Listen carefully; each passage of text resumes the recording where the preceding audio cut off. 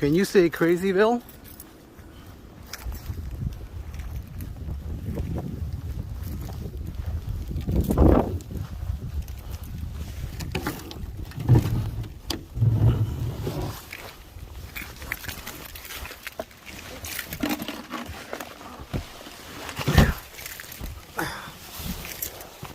Oh my goodness.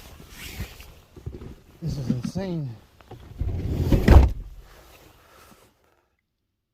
And well, hello there everybody. I'm not going to mention anything about the snow because that's all I'm going to be talking about today. Actually, not necessarily the snow. Lots of snow today. Within the area here in the GTA, Toronto, Mississauga area, there was at least, I'd say about 30 centimeters of snow. And like with most things, cars being stuck, trucks being stuck, everyone is pretty much stuck. The majority of buses are non-functioning, canceled routes, people stuck at different places. And I would imagine by this time, it's almost lunchtime. I think around, almost lunchtime, most businesses probably have workers going home if they can get home. In my case, the parking lot that I'm in right now, an industrial area, it's not plowed to the extent that it should be. Earlier this morning, it was plowed, but it's been snowing all day that this is literally the result of it. So if they didn't plow, it'd be much worse. Trying to get into my van right now was really difficult. So what to do? At this point, since I think the next plow is going to be getting here in about 3 or 4 hours, I'm just going to sit tight.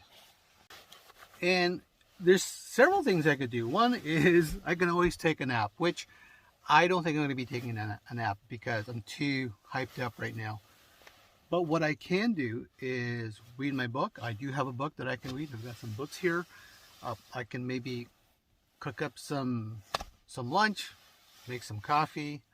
But I've had so much coffee this morning that I probably won't do that. What I can do is talk to you about freezing temperatures and what happens when it's freezing.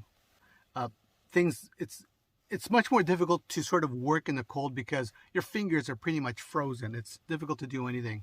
But one thing for sure is I did have some Coke cans literally explode because it was so cold. The Coke cans that kind of expanded and they popped and then it went all over my car. But the good thing was that it was frozen to begin with. So I was able to like sweep it out of here. But talking about freezing liquids, if you keep your water in a normal jug, it's going to freeze. And there's a way around that so that your water doesn't freeze without costing you too much. So there's a couple of things that you could do.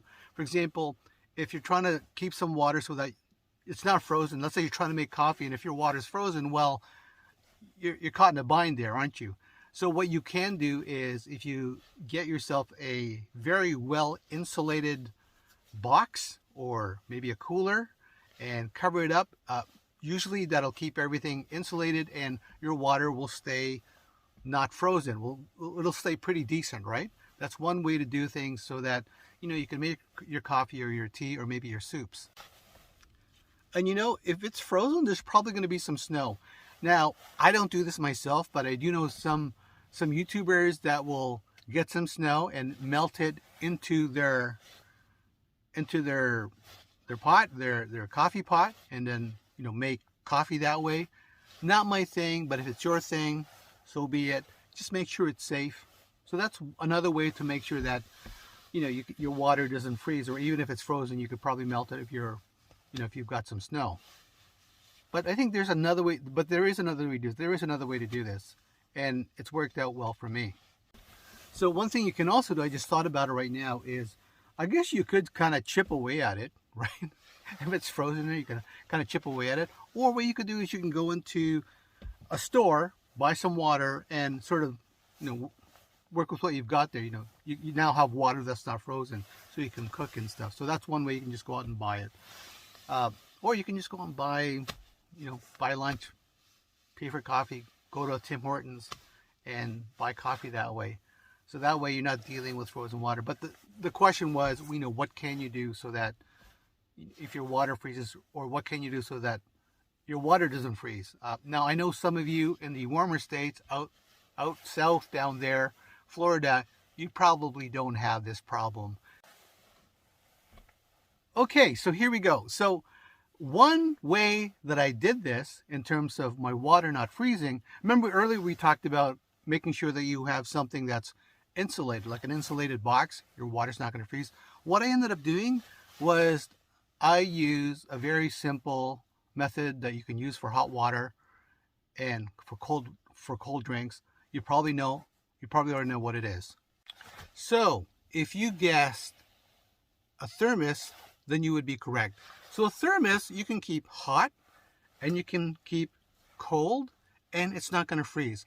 So I've been able to successfully keep water in a thermos without it freezing, obviously, or I've been able to keep water in a thermos and keep it hot, like soups. You can even do what's called thermos cooking, and it's worked out really well. So those are two things.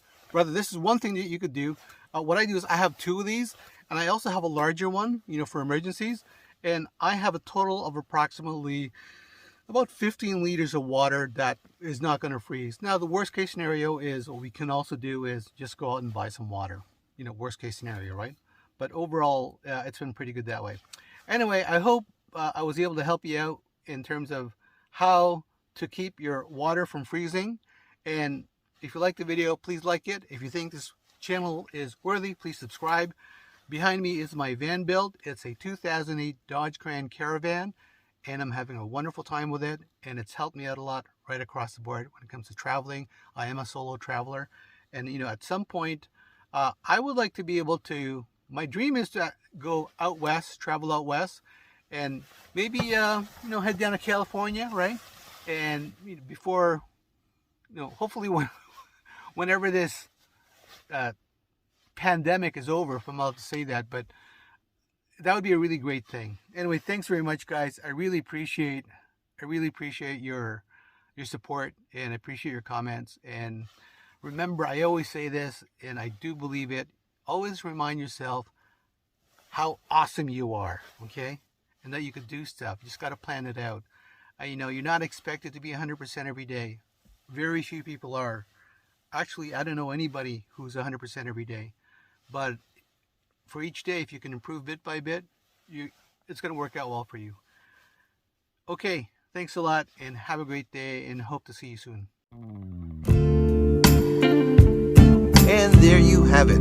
Please support my channel by commenting and subscribing. It's free, and it can help you with your own tiny home build, as I will be giving out free tips and tricks on how you can make it happen. And if you believe someone else may benefit, please share the video of my curated playlist.